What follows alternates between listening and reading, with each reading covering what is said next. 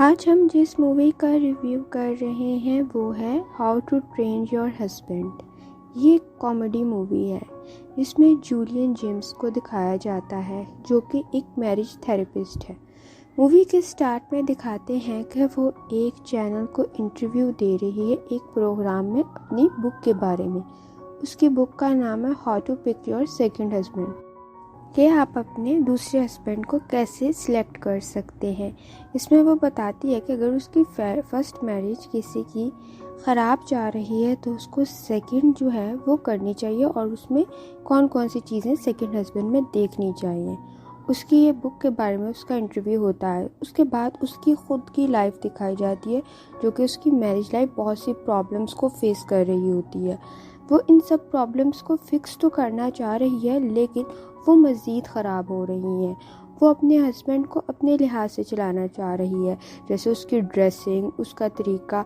वो उसको बड़ी बड़ी पार्टीज़ में लेके जाती है लेकिन वो वहाँ पे बहुत आम से तरीके से जाता है। जैसे वो उसको सूट में लेके जाना चाह रही थी लेकिन वो अपने आम से कपड़ों में वहाँ पहुँच जाता है और वो उसके शूज़ के ऊपर उसको कमेंट्स देती है कि मैंने तुम्हारी सारी चीज़ें निकाल के रखी थी, तुमने वो क्यों नहीं पहनी। इसी बात पे उनका झगड़ा हो जाता है।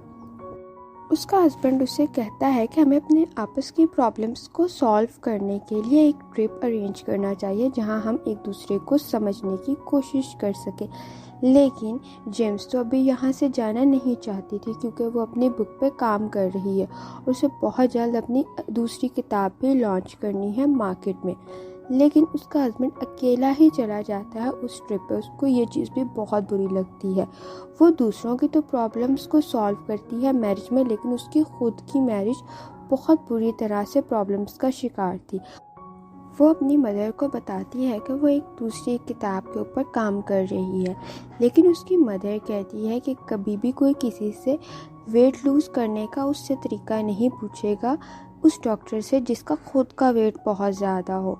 इसी तरह ही अगर उसके बारे में पता चल गया कि उसकी अपनी मैरिज बहुत सी प्रॉब्लम्स में इन्वॉल्व है तो कोई भी उसके पास काउंसलिंग और थेरेपी के लिए नहीं आएगा।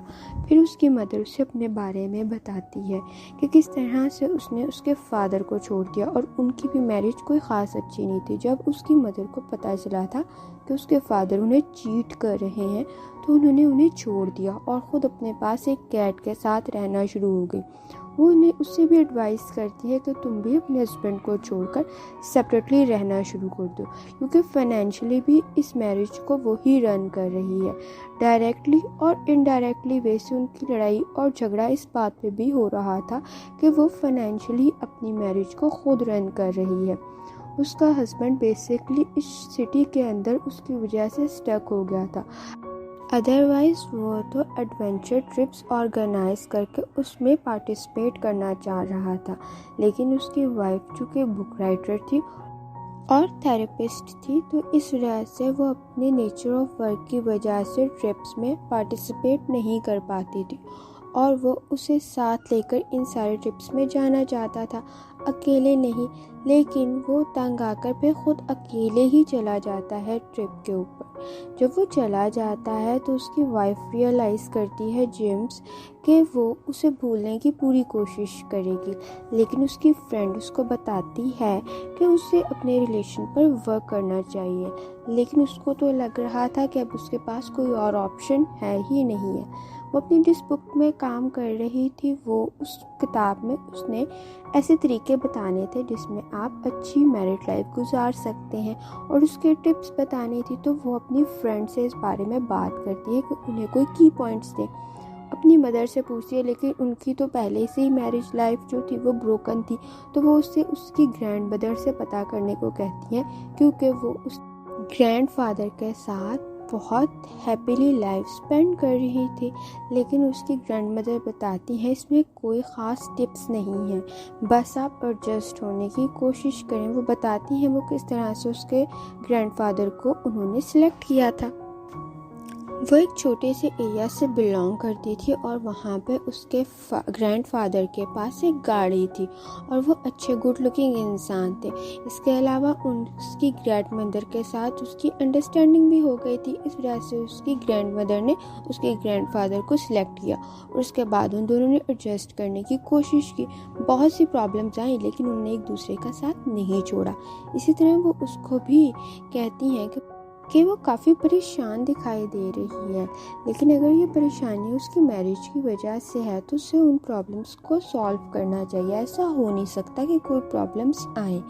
इसके बाद वो अपनी फ्रेंड को देखती है जो कि अच्छी ज़िंदगी गुजार रही होती है और हैप्पी लाइफ अपने हस्बैंड के साथ स्पेंड कर रही होती है। वो उससे कहती है कि इसका क्या टिप है, लेकिन वो उसे बड़े ही मुश्किल से एक तरीका बताती है कि वो किस तरह से अपने हस्बैंड को समझ सकती है। वो उसे कहती है कि तुम एक पेट पालने की कोशिश करो अपने पास, लेकिन उसको जब वो पेट देती है डॉग, तो उसके साथ उसका रहना बहुत मुश्किल होता है। पहले तो उसे ट्रेन करना पड़ता है छोटी छोटी बेसिक नीड्स के लिए कि वॉशरूम बाहर जाके करना है, उसकी चीज़ों पर नहीं, उसकी चीज़ों को हाथ नहीं लगाना जैसे टूथब्रश और बाकी सारी चीज़ें।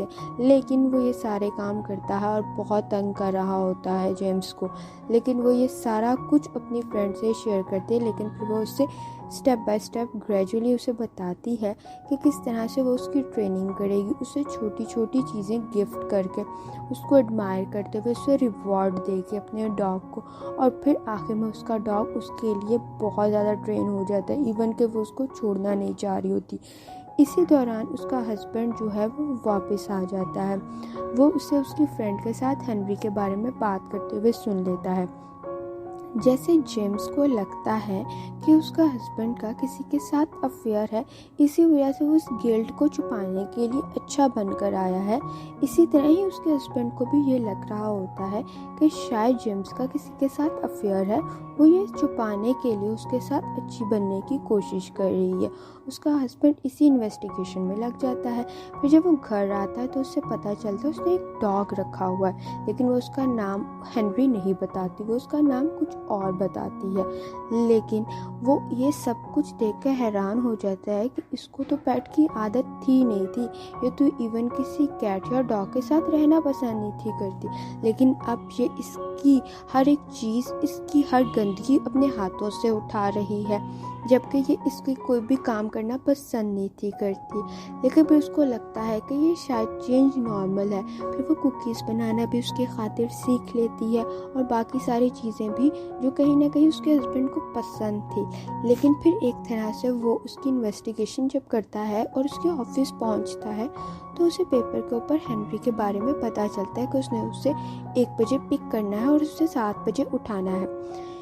जब वो उससे अपनी वाइफ से इस बारे में पूछता है तो उसकी वाइफ कहती है वो इसका एक क्लाइंट है जिसको मैरिज में मुख्तलिफ प्रॉब्लम्स फेस होने की वजह से उसके पास आया है। लेकिन जब वो ये चीज़ वहाँ पेपर पे देखता है कि हेनरी कोई शख्स है तो वो उसके बारे में पता चलाने की कोशिश करता है। जब वो उसके ऑफिस में होता है, उसके लैपटॉप पर इन्वेस्टिगेशन कर रहा होता है, उसी दौरान ही एक हेनरी नामी क्लाइंट भी आ जाता है उसकी वाइफ का, जो कहता है कि वो अपनी ग्लासेस यहीं ऑफिस में भूल गया था। लेकिन वो उसे वहीं बिठा लेता है कि ये तुम्हारा मेरी वाइफ के साथ क्या रिलेशन है। इसी दौरान जेम्स भी वहाँ आ जाती है और उसकी फ्रेंड और उसका हस्बैंड भी वहीं मौजूद होता है। वो उसके लैपटॉप में फाइंड आउट करता है कि उसकी नई किताब का क्या नाम है और वो किस पे काम कर रही है। इसी दौरान उसको पता चलता है उसके हस्बैंड को कि वो तो डॉग की तरह उसको ट्रेन करने की कोशिश कर रही है अपने हस्बैंड को। उसको ये चीज़ बिल्कुल भी अच्छी नहीं लगती और वो उसे वहाँ से छोड़ के चला जाता है। जेम्स को ये चीज़ों से लगता है कि शायद उसका हस्बैंड उसको छोड़ के चला गया है। इस वजह से वो बहुत परेशान हो जाती है। जो उसकी फ्रेंड का हस्बैंड होता है वो भी उसी के साथ ही चला जाता है, जेम्स के हस्बैंड के साथ। वो दोनों इकट्ठे रहना शुरू कर देते हैं, लेकिन उनको लगता है कि वो दोनों नहीं रह सकते हैं। इवन जो जेम्स की फ्रेंड का हस्बैंड होता है वो बहुत जल्दी गिव अप कर देता है और ख़ुद सॉरी कह के अपनी वाइफ के पास चला जाता है। लेकिन जेम्स की फ्रेंड उसको आके बताती है कि उसने हेनरी के लिए एक फैमिली ढूंढ ली है जो कि इसको अडॉप्ट करने के लिए तैयार है, तो तुम ये डॉग अब उसे दे दो और मैं तुम्हें कोई और डॉग दे दूँगी। वो उसे कहती है नहीं, मैंने इसको खुद ट्रेन किया है, मैं इसको नहीं जाने दे सकती। इसी तरह ही वो फिर उससे बताती है कि उसका हस्बैंड किसी लड़की के साथ किसी होटल में गया है। अब ये इस मूवी की मिस्टेक थी कि यहाँ पे उसको पता तो है नहीं कि वो कहाँ गया है, लेकिन वो एग्जैक्ट उसी जगह पे पहुँच जाती है जहाँ पे वो मौजूद होता है, क्योंकि वो अपनी फ्रेंड की पूरी बात सुन के तो गई ही नहीं थी। लेकिन जब वो वहाँ पे पहुँचती है तो वो उसे किसी और के साथ बैठा देखती है और वहीं उसके पास चली जाती है। वो उस लड़की से एक्सक्यूज़ करके इसकी बात सुनने के लिए आता है, लेकिन फिर उसे बाद में पता चलता है जेम्स को कि वो तो अपने जॉब के सिलसिले में इससे बात कर रहा था और वो इसे कहीं छोड़ के नहीं गया है, बल्कि वो तो यहाँ जॉब के लिए ट्राई कर रहा था। और फिर वो इसे बताता है कि वो तो सिर्फ यहाँ पे जॉब से रेलिवेंट काम के सिलसिले में आया था और वो घर वापस आ जाएगा, उसे परेशान होने की ज़रूरत नहीं है। लेकिन जेम्स उसे बताती है कि वो तो ख़ुद को चेंज करने की कोशिश करती और एडजस्ट करने की कोशिश कर रही थी, लेकिन वो तो कुछ और ही समझ बैठा। इसी तरह ही उसके हस्बैंड को लग रहा था कि वो तो उसका कोई काम करना पसंद नहीं करती थी पेट का, लेकिन उसने ये पेट क्यों रख लिया है। आखिर पर ये मूवी बहुत इंटरेस्टिंग नोट पे ख़त्म होती है कि वो जो उसके पास क्लाइंट्स आते थे मैरिज से रेलिवेंट प्रॉब्लम्स के लिए, जेम्स अब उनको पेट थेरेपी के देना शुरू हो गई है और उनकी काउंसलिंग करती है कि वो अपने पास एक पेट को रखें और उसको ट्रेन करने की कोशिश करें। इस तरह उनमें तहम्मुल और बर्दाश्त पैदा होगी और वो दूसरे को अंडरस्टैंड करना सीखेंगे, क्योंकि अगर किसी डॉग किसी पेट को कोई चीज़ समझानी इतनी मुश्किल है तो हम इंसानों को क्यों फोर्स कर रहे होते हैं कि वो इतनी जल्दी इतना सब कुछ समझ जाए, जबकि हर एक की अपनी प्रायोरिटीज़ होती हैं। इसी तरह ही उसका हस्बैंड बताता है कि अब उन्होंने बहुत से डॉग रख लिए हुए हैं और जेम्स बताती है अब उसकी फैमिली एक्सटेंड हो गई हुई है।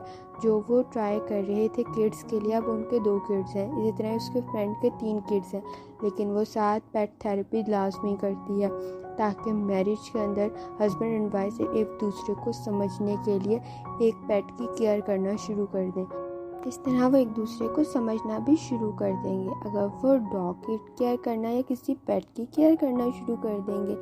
इसी तरह जेम्स पे एक और इंटरव्यू में दिखाते हैं जिसमें वो अपनी बुक के ऊपर रिव्यूज़ दे रही होती है और अब उसकी किताब का नाम होता है how to pick your second husband first. इसमें इंटरव्यू लेने वाली उससे कहती है कि ये तो जिन लोगों ने डिवोर्स ले ली है उनको तो ये किताब बिल्कुल भी अच्छी नहीं लगेगी।